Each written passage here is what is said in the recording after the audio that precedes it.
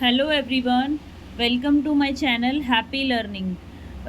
आज हम इस वीडियो के अंदर मोडाल्स करेंगे और ये कुछ स्पेसिफिक मोडाल हैं जो बहुत ही इम्पॉर्टेंट है। हर एग्ज़ाम के अंदर इनमें से क्वेश्चन बनते हैं और ये बहुत ही इम्पॉर्टेंट टॉपिक है, तो प्लीज़ ध्यान से इस वीडियो को देखना। बहुत ही शॉर्ट में मैं इन पॉइंट्स को डिफ़ाइन करूँगी। और ये जो मोडाल्स है ना, ये ऐसे मोडाल्स हैं जो बहुत कंफ्यूज करते हैं बच्चों को, इसलिए मैंने इस टॉपिक को चूज़ किया है। और प्लीज़ वीडियो को सपोर्ट कीजिए, बिकॉज़ बहुत ज़्यादा मेहनत से ये वीडियोस बनती हैं और मैं जैसा कंटेंट प्रोवाइड कर रही हूँ ऐसा यूट्यूब पे अवेलेबल नहीं है। I mean not like this, because बहुत शॉर्ट में और टू द पॉइंट में चीज़ें दे रही हूँ, क्योंकि मैंने खुद इन डिफ़िकल्टीज़ को फेस किया है। So I am clearing that kind of things for you, so that आपको इनसे हेल्प मिले।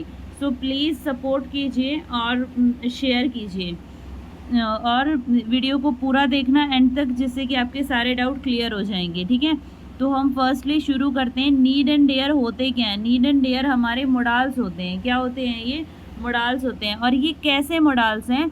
इनको हम सेमी मोडाल्स बोलते हैं। क्या बोलते हैं इनको? हम सेमी मोडाल्स। जो सेमी वर्ड है ना, इसी से आपको पता चल रहा होगा कि आधा, सेमी का मतलब क्या होता है? आधा। ठीक है, मीन्स ये क्या कहना चाह रहा है कि जो ये वाले मोडाल हैं नीड एंड डेयर, ये आधे मोडाल है। मीन्स आधे क्या हैं? फिर आधे वर्ब हैं। मीन्स कभी कभी ये सेंटेंस में मोडाल की तरह काम करते हैं और कभी कभी ये हमारे सेंटेंस में मेन वर्ब की तरह काम करते हैं। तो सॉरी, मैंने वर्ब बोल दिया था, मेन वर्ब की तरह काम करते हैं। हाँ जी, मेन वर्ब ही हैं, सॉरी। सो मेन वर्ब की तरह काम करते हैं, इसलिए हम इसको बोलते हैं सेमी मोडाल्स। ठीक है, और इसी की तरह इसमें और भी मोडाल्स होते हैं जो सेमी मोडाल्स, जिनको हम कहते हैं नीड एंड डेयर होते हैं और यूज टू होता है। क्या होता है? Use to. और क्या होता है? ऑट टू होता है। तो ये कुछ हमारे 4 मोडाल्स हैं। कौन कौन से? Need and dare, need and dare और ऑट टू और यूज टू। ठीक है, ये चारों ही मोडाल्स को हम क्या बोलते हैं? इनको हम सेमी मोडाल्स बोलते हैं। क्या बोलते हैं? इनको हम सेमी मोडाल्स बोलते हैं। और सेमी मोडाल्स इसलिए बोला जाता है क्योंकि कभी कभी ये मेन वर्ब का काम करते हैं सेंटेंस के अंदर, और कभी कभी ये हमारे सेंटेंस के अंदर हेल्पिंग वर्ब का काम करते हैं। ठीक है, या फिर हम इनको मोडाल्स भी बोल सकते हैं। तो इस तरीके से हम सेंटेंस की नीड के हिसाब से इनको यूज़ करते हैं। ठीक है, तो हमारे सेंटेंस में ये किस तरीके से यूज़ होते हैं ये हम करेंगे। और इसी का एक दूसरा नाम भी है, हम इनको मार्जिनल एक्सुलरी वर्ब भी बोलते हैं। क्या बोलते हैं? Marginal auxiliary verb. अब इन वर्ड्स के ना मीनिंग को आप समझा कीजिए, क्योंकि आप वर्ड की मीनिंग को लेकर कंफ्यूज होते हैं, जिससे कि वो सेंस नहीं निकाल पाते। अब मार्जिनल मीन्स होता है कि जो चीज़ हमें यूज़ तो करनी है, बट वो डिपेंड करता है, सेंटेंस के अकॉर्डिंग आती है उसका यूजेस। कोई मतलब उसकी कंपल्शन नहीं है कि हमें वो यूज़ करनी ही करनी है। ठीक है, और उसकी प्रॉपर्टीज़ अलग होती हैं। ठीक है, तो वो चीज़ होती है हमारी मार्जिनल। नेक्स्ट है हमारा एक्सुलरी। एक्सुलरी का वर्ड का मीनिंग होता है हेल्प करना, सहायता करना, सहायक होना, वर्ब। तो ये जो हमारे चारों मोडाल हैं, need, dare, ought to and use to, इन चारों मोडाल्स को हम मार्जिनल एक्सुलरी वर्ब भी बोलते हैं, क्योंकि ये सेंटेंस के अंदर हमारी नीड के हिसाब से लिए जाते हैं और ये सेंटेंस के अंदर हेल्प करते हैं। कभी कभी ये मेन वर्ब के तौर पे भी काम करते हैं, इसलिए इनको हम सेमी मोडाल्स बोलते हैं। ठीक है, तो हम नेक्स्ट स्लाइड क्लिक करते हैं। नेक्स्ट स्लाइड के अंदर हम समझेंगे नीड और डेयर के डिफरेंट यूसेस को। ठीक है, फर्स्ट यूसेस मैं आपको बता रही हूँ। नीडेंट एंड डेयरेंट जब भी सेंटेंस के अंदर आता है, नीडेंट एंड डेयरेंट, तो नीडेंट एंड डेयरेंट जब भी सेंटेंस के अंदर आता है तो ये प्लूरल फॉर्म में आता है। मतलब ये आपको दिख रहा है कि नीड के आगे एस या ई एस नहीं है, यहाँ पर भी डेयर के आगे एस या ई एस नहीं है, तो मीन्स ये प्लूरल फॉर्म है। क्या है ये? Plural form. मतलब जब भी सेंटेंस के अंदर नीडेंट और डेयरेंट आएगा तो ये हमेशा प्लूरल फॉर्म में ही आएगा, चाहे सेंटेंस के अंदर आपका सब्जेक्ट सिंगुलर हो या प्लूरल हो, हमेशा ये नीडेंट और डेयरेंट प्लूरल फॉर्म में आते हैं।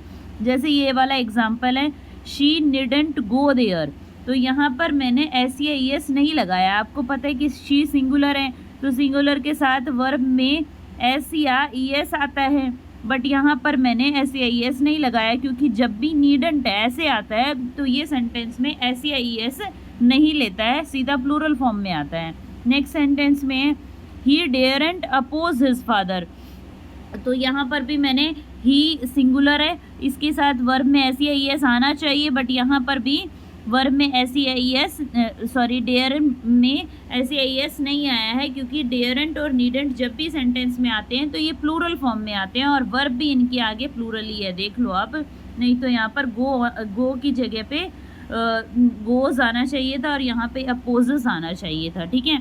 अब नेक्स्ट स्लाइड के अंदर हम इसके नीड एंड डेयर को हम मेन वर्ब के तौर पर जब भी यूज़ करते हैं, जब भी ये मेन वर्ब की फॉर्म में यूज़ होते हैं सेंटेंस के अंदर, need and dare main verb की फॉर्म में जब भी यूज़ होते हैं तो ये सिंगुलर और प्लूरल दोनों फॉर्म में आ सकते हैं।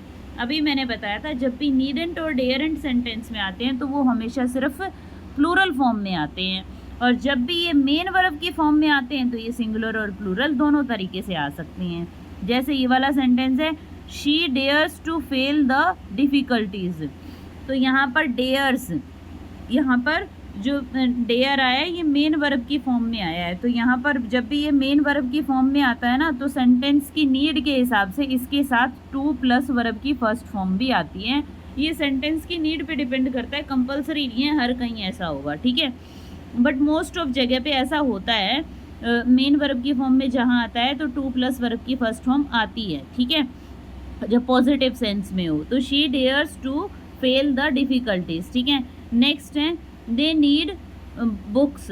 तो यहाँ पर प्लूरल सब्जेक्ट है हमारा, तो नीड हमारा प्लूरल आ गया है, और इसी तरीके से आप सेंटेंस में समझ सकते हैं कि जब भी सेंटेंस में मेन वर्ब के तौर पर नीड और डेयर आते हैं तो वो सिंगुलर और प्लूरल दोनों फॉर्म में आ सकता है। नेक्स्ट सेंटेंस है हमारा, ही नीड्स अ फ़ोन। तो यहाँ पर ही सिंगुलर है और इसके साथ वर्ब में एस आ गया है और अ फ़ोन आ गया है। नेक्स्ट स्लाइड हम समझते हैं, जो हमारा डेयर और नीड एंड डेयर है, जब भी ये नेगेटिव सेंस में सेंटेंस में आते हैं ना तो इनके साथ टू प्लस वर्ब की फर्स्ट फॉर्म आती है, जैसे कि मैंने अभी बताया था, क्योंकि ये जब भी मेन वर्ब का काम करते हैं ना सेंटेंस के अंदर तो इनके साथ टू प्लस वर्ब की फर्स्ट फॉर्म आती है, और ये सेंटेंस की नीड पे डिपेंड करता है क्योंकि इनके साथ कोई कंपलसरी नहीं है ऐसा, ठीक है। नेक्स्ट है हमारा एग्जाम्पल इसी का, he does not dare to go out in the sun. तो यहाँ पर जो हमारा नेगेटिव सेंस है, does not dare to go out, means main verb की फॉर्म में डेयर आया है, फिर इसके साथ टू प्लस वर्ब की फर्स्ट फॉर्म आ गई है। नेक्स्ट है हमारा, she does not need a car. यहाँ पर भी हमारा नेगेटिव सेंस है, उसके बाद नीड अ कार आ गया, और ये हमारा सिंगुलर सब्जेक्ट है और यहाँ पर हमारी वर्ब जो है प्लूरल है, ठीक है। इसी तरीके से क्यों, ये तो आपको पता ही है, जब भी डज़ नॉट और डज़ सेंटेंस के अंदर आता है तो इनके बाद वर्ब में एस नहीं लगता है, ठीक है। और डू या डज़ के साथ जब भी वर्ब आती है तो उसके साथ एस नहीं लगता है, ठीक है। ये आपको ऑलरेडी क्लियर होगा, सेंटेंसेस के अंदर आप देखते हैं। और यहाँ पर मेन थिंग इम्पॉर्टेंट ये है कि टू प्लस वर्ब की फर्स्ट फॉर्म आया है डज़ नॉट के बाद, बट देखो यहाँ पर नहीं आया है, she does not need a car, means कोई कंपल्शन नहीं है, ये सेंटेंस की नीड के हिसाब से आता है, ठीक है, सेंटेंस की ज़रूरत के हिसाब से आता है, कोई कंपल्शन नहीं है। Do not need a pen, I do not need a pen. तो यहाँ पर भी टू प्लस वर्ब की फर्स्ट फॉर्म नहीं आई है क्योंकि सेंटेंस की ज़रूरत नहीं है, क्योंकि सेंटेंस इतने में सेंस को क्लियर कर रहा है। नेक्स्ट है हमारी लास्ट स्लाइड। इन सेंटेंसेस में हम समझेंगे कि नीड और डेयर के साथ टू जो आता है ना वो किस तरीके से सेंस क्या बनाता है, मीन्स है ना, कभी कभी हम लोग है ना किसी चीज़ को करने के लिए फोर्स होते हैं, फोर्स टू डू दैट, ठीक है, हमें वो करना ही पड़ेगा या हमें हिम्मत दिखानी ही पड़ेगी, हमें इस चीज़ की ज़रूरत है ही। तो ऐसे ही जब भी सेंस आती है ना, मतलब भाई आज तो जान जाए पर आ ना जाए, ऐसी वाली कंडीशन होती है ना, जैसे बॉयज़ ऐसे कहते हैं आपस में, भाई आज चाहे कुछ भी हो जाए हिम्मत दिखानी पड़ेगी तेरे को, तो वो वाली जब कंडीशन होती है ना तो हमें डेयर्स टू डेयर के साथ टू आता है, ठीक है। यहाँ पर देखिए sentence, he dares to oppose wrong things, means आपके साथ गलत हो रहा है तो उसे अब अपोज करना पड़ेगा। तो यहाँ पर जो टू है ना ये एम्फेटिक है, मीन्स एम्फेसाइज कर रहा है, प्रभावित करना मीन्स जोर देना, ठीक है। तो यहाँ पर इसलिए टू आया है। तो जब भी ये टू आता है ना, इसके लिए कोई कंपलसरी रूल नहीं है, आपको ये समझना पड़ेगा। आप बार-बार प्रैक्टिस करेंगे तो ये समझेंगे कि सेंटेंस की नीड के हिसाब से आता है, जब भी हम एम्फसाइज़ करते हैं उसको ज़्यादा प्रभावशाली बनाने के लिए, ठीक है? He dares to oppose the wrong things. Next sentence है she needs to leave from there. उसे यहाँ से छोड़ने की ज़रूरत है। शी नीड्स टू मतलब वहाँ पर इतनी सारी परेशानियाँ आ रही हैं तो वो उसको वहाँ से छोड़ना ही पड़ेगा। आई मीन कोई जॉब है या कुछ भी है तो उसे वहाँ से छोड़ना ही पड़ेगा, ठीक है? जाना ही पड़ेगा। अब नेक्स्ट है हमारा सेंटेंस, सॉरी यही 2 सेंटेंसेस थे हमारे जो मैंने अभी एग्ज़ाम्पल में लिए थे, क्योंकि मैं इनको बहुत ही शॉर्ट वे में डिफ़ाइन करने का ट्राई कर रही हूँ, जिससे कि आपका टाइम भी वेस्ट ना हो और आपके बिल्कुल जो डिफ़िकल्ट से डिफ़िकल्ट पॉइंट है वो मैं क्लियर कर सकूँ।